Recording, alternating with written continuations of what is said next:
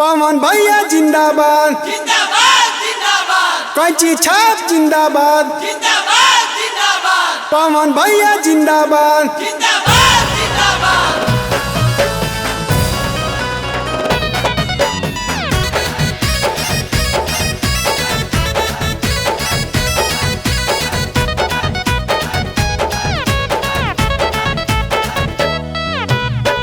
मिलल बाटे मौका सुना भैया ढेरे दिन पे करी लेनी होरा चाची माई भाई बहिन से मिलल बाटे मौका सुना भैया ढेरे दिन पे करी लेनी होरा चाची माई भाई बहिन से विजयी के माला अब की भैया के पेन्हैया हो विजयी के माला अब की भैया के पेन्हैया हो काराकट से हमरा पवन भैया के जितैया हो कैंची छप भैया अब की बटन दबैया हो हमरा पवन भैया के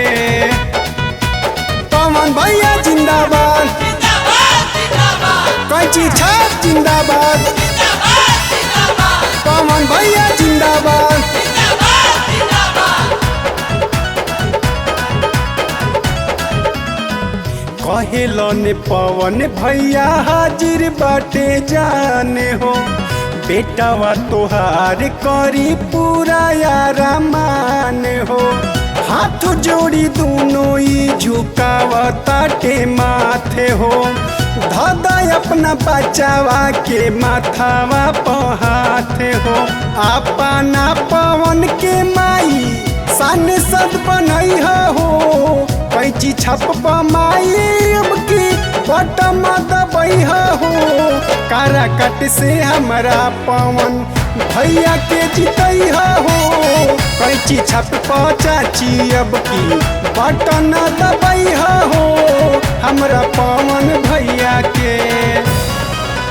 पवन भैया जिंदाबाद जिंदाबाद जिंदाबाद कैची छाप जिंदाबाद जिंदाबाद जिंदाबाद पवन भैया जिंदाबाद जिंदाबाद जिंदाबाद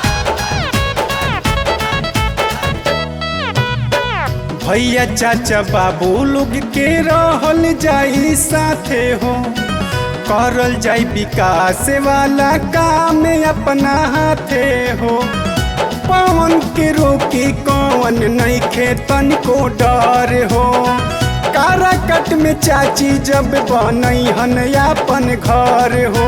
कहे रमेश हाथ जोड़ी मोहिते बात ना भूलई हो कहे रमेश हाथ जोड़ी मोहित बात ना भूलई हो काराकट से हमरा पवन भैया के जितई हो कैंची छप दिया सो बटन दबई हो हमरा पवन भैया के।